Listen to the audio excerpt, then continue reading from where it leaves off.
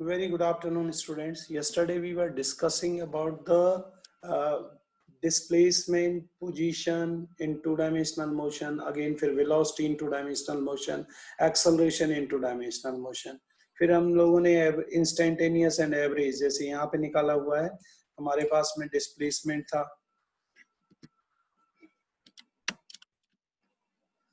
यहाँ पे मैंने डिस्प्लेसमेंट ले लिया था, ये टोटल डिस्प्लेसमेंट हो गया था, final position minus initial total displacement.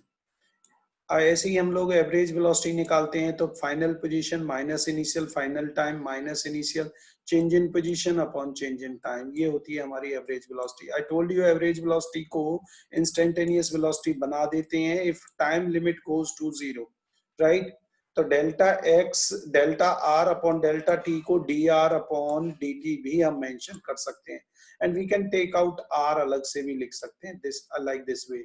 Okay, now in case of this is the velocity along the horizontal axis, अगर r है, r टू डायमेंशनल है तो उसके कोऑर्डिनेट x और y हैं, तो individually along the x axis individually along the y axis निकालेंगे, तो in place of r we can use delta x। अभी इसका मीनिंग है instantaneous velocity along the x axis, तो we have take the position of x, change in position along the x axis, change in time वही होगा, तो dx upon dt। if I am talking about the dy vertical velocity, तो limit of time goes to zero, this is delta vertical displacement upon total time। तो आपको पहले बता चुका हूं when time limit goes to zero, तो this delta convert into small d, this will be the answer। So this delta x is equal to final position minus initial position, this delta y final vertical displacement initial। if I am having horizontal velocity and vertical velocity means both are acting at 90 degree, आपको पता है ये vertical velocity है मान लीजिए, and this is horizontal velocity, if this is v, right, ये vx है, suppose vx है, and this is vy। तो if I want to take the resultant, यानी कि take the resultant, तो definitely इनके बीच में कहीं ना कहीं आ रहा होगा। by using Pythagoras theorem this side, this will be the resultant, and Pythagoras theorem का horizontal और vertical का square जैसे करते हैं हम लोग, base square plus perpendicular square का होल अंडर रूट हाइपोटेन्यूज हो जाता है। if I am talking about the in the same way, if I am talking about the acceleration, final velocity minus initial velocity, final time minus initial time, this is called change in velocity upon change in time। if I am talking about instantaneous acceleration, this average वाले फॉर्मूले में limit time goes to zero लिख देंगे, तो delta V को DV upon D T mention कर सकते हैं, दिस इज कॉल्ड, अगर वेलोसिटी को सेपरेट भी मेंशन कर सकते हैं। If I am talking about this instantaneous acceleration, तो डी ओवर डी टी तो है ही, इस वेलोसिटी की जगह पे D R over D T भी मेंशन कर सकते हैं, this D over D T तो ऑलरेडी था ही, तो it can B A D square ऊपर वाला और नीचे डी टी स्क्वायर। तो it means this means this is the double derivative of position। Derivative का मतलब डिफरेंशिएशन, जैसे मैंने इंटीग्रेशन बताया था ऐसे ही हमारे पास में डिफरेंशिएशन होता है बेटा, ठीक है। If I am talking about along the x axis, it could be dx over dt। Again अगर मैं पोजीशन की फॉर्म में बात कर रहा हूं तो आपको पता है ये पोजीशन में डबल डेरिवेटिव हो जाता है, जो एक्सेलरेशन होता है वो सिंगल डेरिवेटिव ऑफ वेलोसिटी होता है, और double derivative of power two है ना, डबल डेरिवेटिव टू का मतलब डबल डेरिवेटिव ऑफ पोजीशन। अगर मैं वर्टिकल की बात कर रहा हूं, if I am talking about the vertical acceleration, this is the single derivative of the vertical velocity और double derivative of the vertical position. All this we done in the last lecture। Now today I am going to start the projectile motion। अब projectile motion का मतलब क्या होता है कि जैसे मान लीजिए if I am talking about the acceleration in two dimensional motion, तो projectile is the best example of the acceleration in two dimensional motion, यानी कि यूनिफॉर्म एक्सेलरेशन, नॉट मतलब ये नहीं कि वेरिएबल रेजिस्टेंस, यूनिफॉर्म एक्सेलरेशन का जो एग्जांपल है टू डायमेंशनल मोशन में, तो प्रोजेक्टाइल सबसे बेस्ट एग्जांपल है उसका। अब प्रोजेक्टाइल का मीनिंग क्या होता है, मान लीजिए हम किसी बॉडी को थ्रो कर देते हैं और वो बॉडी को कुछ ना कुछ वेलोसिटी से हमने उसे थ्रो किया है, and body allowed to move under the influence of the gravity that is called projectile, और जो पाथ फॉलो किया जाता है प्रोजेक्टाइल के through that is called trajectory. अब जैसे फॉर एन एग्जांपल मैंने एक बॉडी को थ्रो कर दिया, सपोज एग्जांपल दे रहा हूं, if we are travelling in a bus and bus is moving, और मूविंग उसकी विंडो से हमने बाहर निकाला और एक स्टोन ऐसे ड्रॉप कर दिया, तो जाके जमीन में ऐसे ही तो गिरेगा। तो जो ये पाथ है इसको ट्रेजेक्ट्री कहते हैं। The path followed by this body is called trajectory. Like ये पैराबोलिक दिखाई दे रहा है तो पैराबोलिक होगा, ठीक है। तो ये टू डायमेंशनल क्यों है, ये टू डायमेंशनल बिकॉज ये मोशन इन प्लेन है। ये मान लीजिए if I am talking about this is Y, और बस में देखो बेटा कुछ ना कुछ हाइट है और बस चल रही है तो हॉरिजेंटल डिस्टेंस भी ट्रेवल कर रही है, इसका मतलब उसके अंदर वर्टिकल भी है और हॉरिजेंटल दोनों तरह के मोशन है, यानी कि वो टू डायमेंशनल मोशन कहलाएगी। तो इसलिए इसको बोलेंगे motion in a plane, and this is the projectile. And projectile का मतलब projectile is the best example of the acceleration, uniform acceleration in two dimensional. अगर कोई body under the effect of gravity move कर रही है तो projectile to dimensional motion होगा। तो टू डायमेंशनल मोशन का मतलब acceleration along the X axis, acceleration along the Y axis. और एक्सेलरेशन अगर हम निकालना चाहेंगे, सपोज या तो मान लीजिए किसी भी पॉइंट पर अगर हम वेलोसिटी निकालना चाहते हैं, suppose if I am talking about this point, यहाँ पे कोई ना कोई हॉरिजेंटल वेलोसिटी होगी उसकी और ये वेलोसिटी वर्टिकल होगी, तो रिजल्टेंट जो निकलेगा बेटा इसका, तो we can calculate the resultant। Okay, यहाँ पे रिजल्टेंट निकालेंगे, दिस इज Vx, ठीक बेटा, और ये Vy है। ओके, तो दिस इज द V, तो यहाँ पे Vx V आ जाएगा, ठीक है, अंडर रूट लिख लेंगे जैसे हमने पहले किया हुआ है ये, तो Vx। Similarly if I am talking about the acceleration, तो इस पॉइंट पे हॉरिजेंटल एक्सेलरेशन भी होगा और वर्टिकल भी होगा। तो अब वर्टिकल के केस में जब body under the effect of gravity fall कर रही हो तो वर्टिकल एक्सेलरेशन सिर्फ और सिर्फ एक्सेलरेशन ड्यू टू ग्रेविटी के बराबर होता है। तो यहाँ पे हमारे पास में ये वाली, if I am talking about the acceleration, तो एक्सेलरेशन क्या हो जाएगा, बट ये भी ध्यान रखना, अब मैं आपको यहाँ पे बताऊंगा। तो यहाँ दो एक्सेलरेशन होंगे आपके, एक एक्सेलरेशन कौन सा होगा, ax का स्क्वायर, और ये हमेशा प्रोजेक्टाइल के केस में जितने भी टाइप के प्रोजेक्टाइल होंगे उस केस में ax की वैल्यू 0 होगी, क्योंकि हॉरिजेंटल हम कुछ चीजें एज्यूम करेंगे इसके अंदर, तो यहाँ पे 0 प्लस हॉरिजेंटल ay का स्क्वायर आएगा, या प्लस या माइनस इसलिए डाल दिया, ग्रेविटी प्लस भी हो सकती है माइनस भी होती है। अब इन थोड़ा सा यहाँ समझना होगा उसको।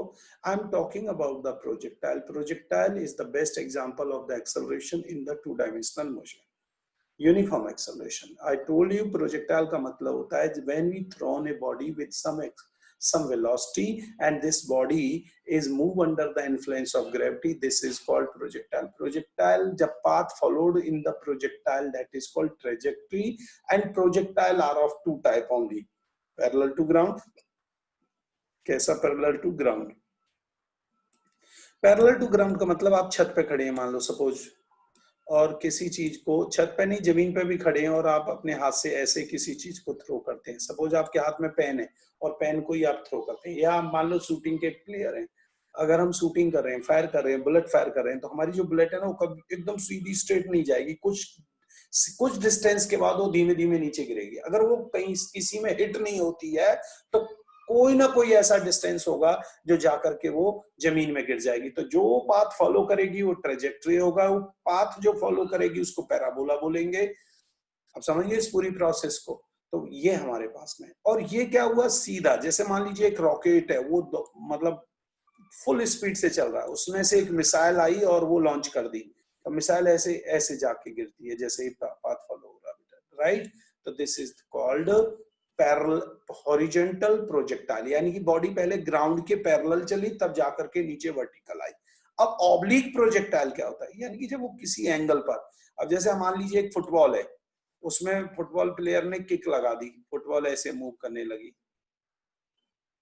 अब अगर ये इसे ऑब्लिक प्रोजेक्शन बोलेंगे, ये दो तरह का होता है। अगर एंगल कंसीडर कर रहा हूं नीचे वाला तो इसे बोलेंगे projectile angular oblique projection inclined with horizontal। if I am talking about this angle, तो इसका मतलब हो गया ऑब्लिक प्रोजेक्टाइल या angular projection making an angle with vertical, दोनों में अंतर है बेटा, दोनों के लिए हम लोग यूज करेंगे, कोई प्रॉब्लम नहीं है। हम यहाँ पे थीटा हो जाएगा, एक के लिए थीटा तो दूसरे के लिए थीटा डैश होगा, बट आप समझदार हो, थीटा डैश जो होगा वो 90 माइनस थीटा होगा, 90 माइनस क्या होगा थीटा। तो इसका मतलब ये हुआ कि जो जो हॉरिजेंटल से एंगल थीटा बना रहा होगा, तो वही डेरिवेशनों में अगर हम 90 माइनस थीटा पुट कर लेंगे तो वो वर्टिकल वाला केस हो जाएगा, राइट। अब हम एक एक चीजें करके आगे बढ़ते हैं, डिस्कस करेंगे। तो अब एग्जांपल पूछे हैं कि हमें प्रोजेक्टाइल के क्या एग्जांपल है, तो एग्जांपल सीधा अभी मैंने बताया, bomb release from the aeroplane, bullet से फायर कर दिया, वो है। एक चलती बस की ट्रेन या ट्रेन है, ट्रेन चल रही है, उससे हमने कोई हिट कर, मतलब कोई स्टोन को ड्रॉप कर दिया। Ball is thrown in any direction, आपको जैसे मैं बोल रहा था पेन को थ्रो कर दो तो वो किसी भी डायरेक्शन में। या jet coming out from the hole of near the bottom, या मान लीजिए ये आपके पास में कोई टैंक है, पानी का टैंक है, और यहाँ पर आपने क्या किया, एक जेट लगा दिया, या ये समझो एक ऑरिफिक्स का मतलब होता है मतलब एक छेद कर दिया इसके अंदर, आप देखोगे यहाँ से पानी ऐसे गिरेगा नीचे, तो this is the velocity of efflux बोलते हैं इसको। क्या बोलते हैं हम? Velocity of efflux. ये अभी नहीं करना है, ये तो ऐसा ये केस आएगा भी आपके पास में, बट ये आएगा बल्क मेटल में, हाइड्रोडायनेमिक्स में, ओके। तो ये यहाँ पे हमारे पास में है। तो this path followed by the water jet, के जो पानी गिर रहा है, इट इज कॉल्ड प्रोजेक्टाइल, ठीक है। अब नाउ द केस इज, अब कौन सा आ रहा है हमारे पास में, if I am talking about the, ये कौन सा केस है बेटा, ठीक है। तो अब यहाँ पे एक एक करके हम लोग डिस्कस कर रहे हैं कि किस तरह के प्रोजेक्टाइल है। देखो बेटा थोड़ा ध्यान से सुनना पड़ेगा। अभी तक मैंने आपको बताया प्रोजेक्टाइल होता क्या है। मैंने बताया जब हम किसी बॉडी को कुछ इनिशियल वेलोसिटी के साथ थ्रो करते हैं और body under the influence of gravity move करती है और वो 2 डायमेंशनल मोशन में होती है, वो प्रोजेक्टाइल है। प्रोजेक्टाइल में जो वो पाथ फॉलो करती है वो ट्रेजेक्टरी है। प्रोजेक्टाइल 2 टाइप के होते हैं, हॉरिजॉन्टल प्रोजेक्शन और एंगुलर प्रोजेक्शन या ऑब्लिक प्रोजेक्शन। ऑब्लिक प्रोजेक्शन भी अलग टाइप में हो जाते हैं, making an angle with the horizontal, making an angle with the vertical, and third one is making an angle with incline plane to the incline to the incline plane, यानी कि कोई incline plane है उसका भी incline हो जाए। अब कुछ चीजें एज्यूम करेंगे हम यहाँ पर। आप कहोगे सर कैसे एग्जम्पशंस लेंगे? यहाँ पे सबसे पहले ये बताया है आपको कि सर ये जो एक्सेलरेशन होगा हॉरिजॉन्टल में हमेशा 0 होगा। क्यों होगा ये भी मैं आपको बताऊंगा। दूसरा जो वर्टिकल में के अलोंग जो एक्सेलरेशन होगा या तो वो प्लस का जी होगा या फिर वो माइनस का जी होगा। आप कहेंगे अगर मान लो कोई बॉडी मूव कर रही है पॉजिटिव डायरेक्शन ऑफ वाई में, तो एक्सेलरेशन हमारा क्या होगा? अब यानी कि अगर वो डाउनवर्ड मूव कर रही है, नीचे को मूव करके आ रही है, तो एक्सेलरेशन हमारा पॉजिटिव होगा, क्योंकि it is the acceleration produce by the gravity force. उसी डायरेक्शन में बॉडी आ रही है जो एक्सेलरेशन हमने एज्यूम किया, यानी कि अर्थ की तरफ कोई बॉडी आ रही है तो डाउन में आ रही है तो एक्सेलरेशन पॉजिटिव होगा। अगर अप में आ रही है, मान लो हम किसी बॉडी को ऊपर की तरफ थ्रो कर दे, तो उस केस में एक्सेलरेशन नेगेटिव होगा। बट दोनों की वैल्यू सेम होंगी जी, बट प्लस और माइनस का डिफरेंस होगा। सेकेंडली अब आपके पास क्वेश्चन आएगा, सर आपने ठीक है वर्टिकल एक्सेलरेशन को तो प्लस और माइनस जी बता दिया, अपवर्ड मोशन डायरेक्शन को मतलब डायरेक्शन कन्वेंशंस यूज कर लिए। Suppose a body is moving in the upward direction, we will take the acceleration negative, and if body is moving in the downward direction along the vertical axis या y axis, we take the acceleration positive. But how we consider acceleration is 0? कौन सा acceleration? Horizontal acceleration. I told you कि horizontal acceleration इसीलिए 0 होगा क्योंकि horizontal में कोई velocity change नहीं होगी। अब वो क्यों नहीं होगी? सपोज मैं एक मार्कर को थ्रो करता हूं, खड़ा हुआ मार्कर को, या आप अपने हाथ में एक पेन ले लें और थ्रो कर दें, या आप ऐसा कर सकते हैं कि एक बुलेट ले रहे हैं और फायर कर दिया। आप देखेंगे कि पहले जो बॉडी ऐसे सीधी जाएगी तो जो एयर फ्रिक्शन है वो उस बॉडी की वेलोसिटी को कम करेगा। जो सीधी जाने वाली वेलोसिटी होगी वो कौन सी वेलोसिटी होगी? हॉरिजॉन्टल वेलोसिटी होगी। बट हमने कहा हॉरिजेंटल वेलोसिटी को चेंज कौन करेगा? Air friction. But in case of projectile we neglect the air friction. We neglect the air friction का मतलब हॉरिजेंटल में कोई अपोज करने वाली कोई चीज ही नहीं हुई.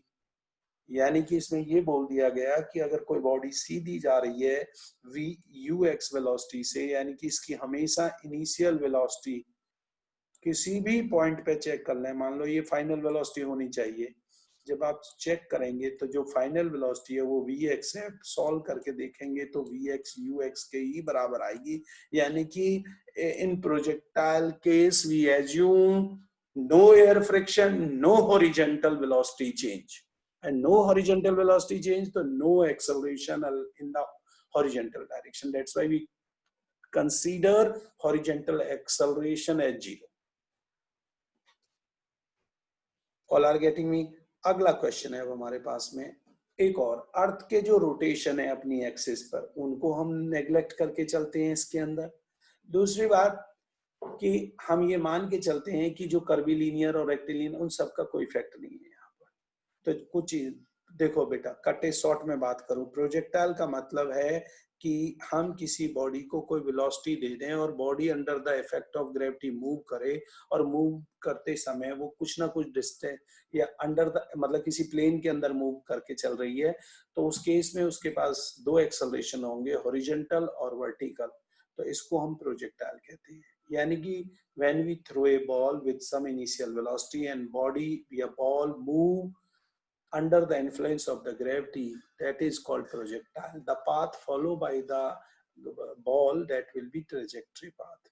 And in case of projectile are of two type, parallel to the horizontal or angular or oblique projection. अब ऑब्लिक में मैंने बताया था inclined with the vertical, inclined with the horizontal, inclined to the inclined plane, ये सब उसके examples थे. Then I told you acceleration due to gravity हमारे पास में वर्टिकल एक्सेलरेशन होगा एक हॉरिजॉन्टल होगा. हॉरिजॉन्टल जीरो होगा, वर्टिकल एक्सेलरेशन जी के बराबर होगा, प्लस माइनस जी. कब प्लस होगा कब माइनस? अगर बॉडी नीचे को आ रही है तो प्लस, अगर ऊपर को जा रही है तो माइनस. तो हॉरिजॉन्टल एक्सेलरेशन जीरो क्यों होगा? क्योंकि हम एयर फ्रिक्शन को नेग्लेक्ट कर देंगे तो अपोजिशन नहीं होगा. हॉरिजॉन्टल में अपोजिशन नहीं होगा तो जिस वेलोसिटी से बॉडी को थ्रो किया, बॉडी उसी वेलोसिटी से हॉरिजॉन्टल में चलती रहेगी. ऐसी सिचुएशन में हम एयर फ्रिक्शन नेग्लेक्ट कर दिया तो हॉरिजॉन्टल एक्सेलरेशन जीरो मानेंगे. अर्थ के रोटेशन का कोई इफेक्ट नहीं होगा. वर्टिकल जो ग्रेविटी या एक्सेलरेशन ड्यू टू ग्रेविटी वो कांस्टेंट रहेगी. अब यहाँ पे एक क्वेश्चन आ गया, this is the projectile, first type का प्रोजेक्टाइल है. अब आपको एग्जांपल्स पूछे थे, सर एग्जांपल क्या है प्रोजेक्टाइल के? मैंने कहा मान लीजिए a bullet is fire from the gun, ये भी प्रोजेक्टाइल है. चलती हुई ट्रेन की विंडो से हम कोई पत्थर फेंक देते हैं, वो प्रोजेक्टाइल है. या कोई खिलाड़ी फुटबॉल प्लेयर जो है किक लगाता है, या कोई मान लो बैट्समैन ने एक बॉलर ने बॉल को फुल टॉस मार दिया या ये कुछ भी कर लिया तो बैट्समैन ने उसे 6 रन के लिए उठा दिया, तो वो एंगुलर प्रोजेक्शन का एग्जांपल है. That is also a projectile example. अब हमारे पास में क्वेश्चन आता है हॉरिजॉन्टल प्रोजेक्शन के केस में क्या होगा. अब थोड़ा समझना पड़ेगा आपको. Suppose we take the two directions. ठीक है बेटा, this is our origin, this is along the x-axis, this is along y-axis. Okay, in x-axis I throw a body, ठीक है, along the x-axis, but इसकी initial velocity v0 है. बेटा मैं इसको u कह सकता हूँ. u ही हमारा क्या है? u जो है वो हमारा initial velocity है जिसे v0 कह रहे हैं. आपको बता चुका हूँ हॉरिजॉन्टल में कोई एक्सेलरेशन नहीं होगा. ये मान के चलूंगा कि इस पॉइंट पर भी जो वेलोसिटी है, इफ आई एम सेइंग कि ये कोई वेलोसिटी है बेटा यहाँ इस पॉइंट पर हॉरिजॉन्टल में, इस पॉइंट पर हॉरिजॉन्टल में, इस पॉइंट पर हॉरिजॉन्टल में, इस पॉइंट पर हॉरिजॉन्टल में, किसी भी पॉइंट पे ले लोगे या इस पॉइंट पे ले लो. ये पाथ में अगर बात कर रहा हूँ आपसे, मान लो मैंने बॉल ड्रॉप कर दी, यहाँ भी हॉरिजॉन्टल वेलोसिटी वही होगी. कितनी होगी बेटा? v0 होगी. तो हॉरिजॉन्टल में एयर फ्रिक्शन नहीं एक्ट कर रहा. तो ऐसी स्टेट में क्या हो रहा है? ऐसी स्टेट में हमारे पास में हॉरिजेंटल मोशन ना होने की, हॉरिजेंटल फ्रिक्शन ना होने की वजह से जो वेलोसिटी है फाइनल या किसी भी पॉइंट पर जो वेलोसिटी होगी वो जो इनिशियल वेलोसिटी है उसी के बराबर होगी। ऐसी सिचुएशन में एक्सेलरेशन जीरो हो जाएगा। ओके, अब यहाँ की बात करते हैं, यानी कि ऐसा कह सकते हैं this is called you x. U x कहो या वी जीरो कहो या यू कहो, सबका मीनिंग सेम है। अब आप कहोगे सर मैंने एक बुलेट फायर किया, तो बुलेट तो बिल्कुल सीधा सीधा चला बेटा, तब जाके नीचे आना शुरू हुआ। या ये कह लो मैंने एक मार्कर, ये बहुत जल्दी इन्होंने यहाँ से स्टार्ट करा दिया, अगर मैं यहाँ से कराता हूँ तो डेट विल बी द ज्यादा बेटर एग्जांपल समझ में आएगा, ठीक है ना। ये हमारा पाथ होता अगर, तो आप देख रहे थे कि बॉडी सीधी जा रही थी, बॉडी तो इनिशियल जो वेलोसिटी है हॉरिजेंटल वो v जीरो है जो मैंने वेलोसिटी बॉडी को दी। देखा जाए तो स्टार्टिंग में बॉडी ने कोई वर्टिकल डिस्प्लेसमेंट भी नहीं ट्रेवल किया, तो इनिशियल वर्टिकल वेलोसिटी जीरो होगी, ठीक है। ओके, अब हमारे पास में इस पॉइंट पर मुझे वेलोसिटी निकालनी है। मान लीजिए टी टाइम पर मैं यहां पहुंच गया, ठीक है, टी टाइम पे मैं यहां पे पहुंच गया, क्लियर। अब बेटा अब आपको थोड़ी चीजें ध्यान रखनी होंगी, तो बॉडी एक तो नीचे आ रही है, इस केस में मेरा वर्टिकल एक्सेलरेशन पॉजिटिव होगा, बिल्कुल ठीक है। हॉरिजेंटल एक्सेलरेशन मेरा जीरो होगा।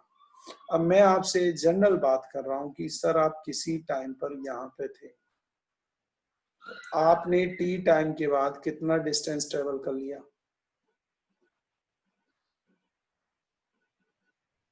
टी टाइम के बाद कितना डिस्टेंस ट्रेवल कर लिया?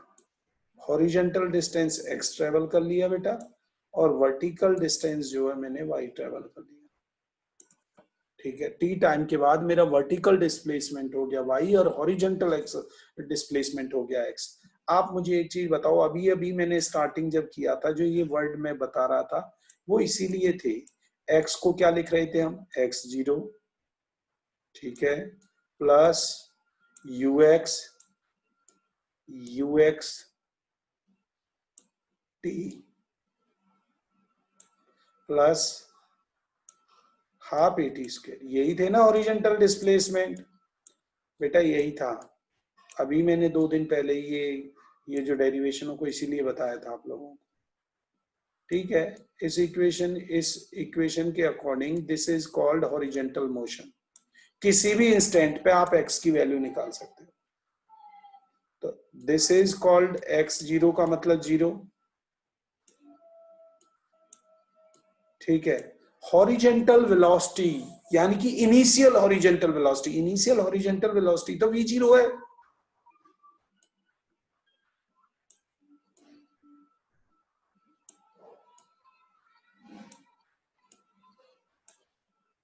Plus half horizontal acceleration, assume कर रखा ऑलरेडी जीरो है, टाइम टी है, तो this is called horizontal motion, this is called horizontal motion. और this x is equal to, answer में अगर कहोगे तो it can be v zero t, we zero T बेटा। बहुत सारे बच्चे इसको V X U X T भी लिख सकते हैं, ठीक है, okay, no problem. If I want to find the value of t from this first equation, तो t की वैल्यू क्या लिख सकते हो आप? You can write it as x upon vx, यार simple, it is x upon ux चलेगा, और somewhere you can write it as x upon v0. This is the simple velocity along that, ठीक है। टाइम आ गया, ये मैंने time निकाल दिया, ये टी की वैल्यू है, ओके। और यहाँ पर हमारे पास में इस इक्वेशन को मैंने फर्स्ट नाम दे दिया, okay, this is first equation. Now I am talking about कौन सा मोशन है ये, वर्टिकल मोशन। वर्टिकल मोशन ये हुआ बेटा, बॉडी इस ओरिजिन से, ऐसे समझो ये एक्स जीरो और वाई जीरो कोऑर्डिनेट थे ओरिजिन पर, तो ये तो जीरो जीरो होते हैं, यहां से बॉडी ने ऐसा पाथ फॉलो किया था जो रेड वाला है, ठीक है, ये पाथ फॉलो करती हुई आ रही थी, ठीक है, ऐसा पाथ फॉलो करती हुई आ रही थी, ठीक है, हॉरिजेंटल पाथ। तो क्या हुआ, वर्टिकल टी टाइम के बाद इतनी नीचे आ गई है, डाउन में कितनी आ गई है, वाई। तो दिस वाई का आपको बताया था motion along the vertical axis, this is also Y zero, आपको याद होगा। यू वाई, यू वाई का मतलब यार horizontal velocity, initial vertical velocity U Y T plus half A Y T square, ठीक है, कोई प्रॉब्लम नहीं, चलेगा। अब मैं यहाँ पे ये वैल्यू लिख रहा हूँ बेटा, तो I can write it, Y zero is what, zero coordinate है।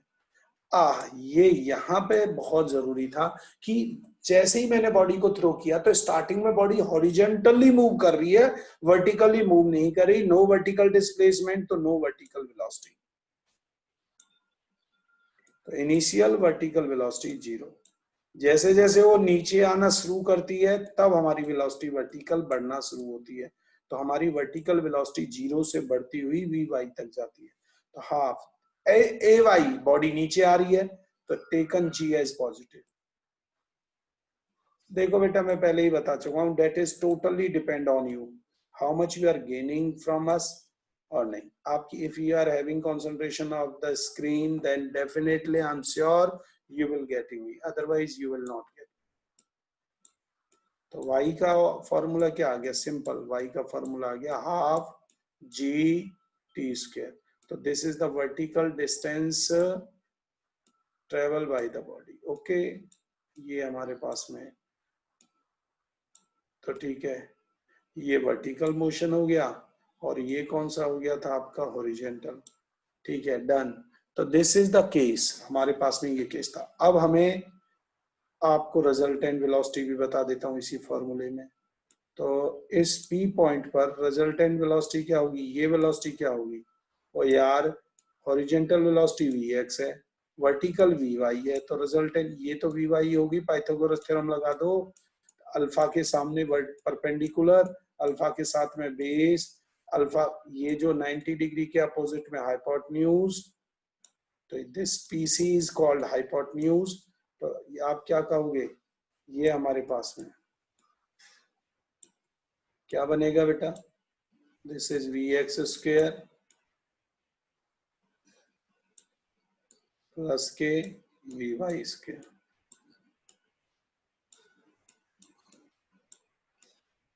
Vx square plus Vy। यार Vx तो V जीरो माना था, हॉरिजेंटल में तो वेलोसिटी चेंज ही नहीं हुई, Vx और Ux एक ही चीज हो गई। आप चाहो तो इसे Ux भी लिख सकते हो, प्लस जो वर्टिकल वेलोसिटी है वो Gt आती है, तो यहाँ Gt का स्क्वायर भी हो सकता है, Gt का स्क्वायर हो जाएगा, ये इसका स्क्वायर हो जाएगा और अंडर रूट यूज हो जाएगा, ठीक है, ये हमारे पास में। अब केस आ गया बेटा, अब यही सारी चीजें जो मैं आपको बता रहा था, this was the horizontal motion Vx या Ux इंटू टी, जिसको V जीरो टी कह रहे हैं, ये फर्स्ट इक्वेशन, ये हॉरिजेंटल मोशन है जो मैंने वहां पे आपको अलग से स्पेशली बता दिया निकाल के, and this is vertical motion, vertical motion यानी कि सेकंड इक्वेशन ही हमारे पास में वर्टिकल मोशन है। Third, now the equation of trajectory, equation of trajectory में क्या करोगे, टी की वैल्यू आपने निकाली, नहीं निकाली तो अब निकाल लो फ्रॉम द फर्स्ट इक्वेशन, क्या आएगी बेटा ये टी की value, x upon V zero, x upon V zero,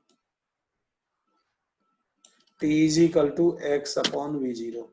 तो यहाँ पे क्या लिखा जाएगा, y is equal to half G T, T की जगह पे क्या लिखोगे, x अपॉन वी जीरो का स्क्वायर, और क्या बन जाएगा ये G upon two V square. इसको अगर मैं कांस्टेंट टर्म मान लूं तो आप एक कंडीशन देखो, एक्स स्क्वायर मेरा बाहर आ गया, if I write in place of this के constant term and y x square, तो एक इक्वेशन मेरा आ गया y is equal to kx square and this equation belongs to parabola।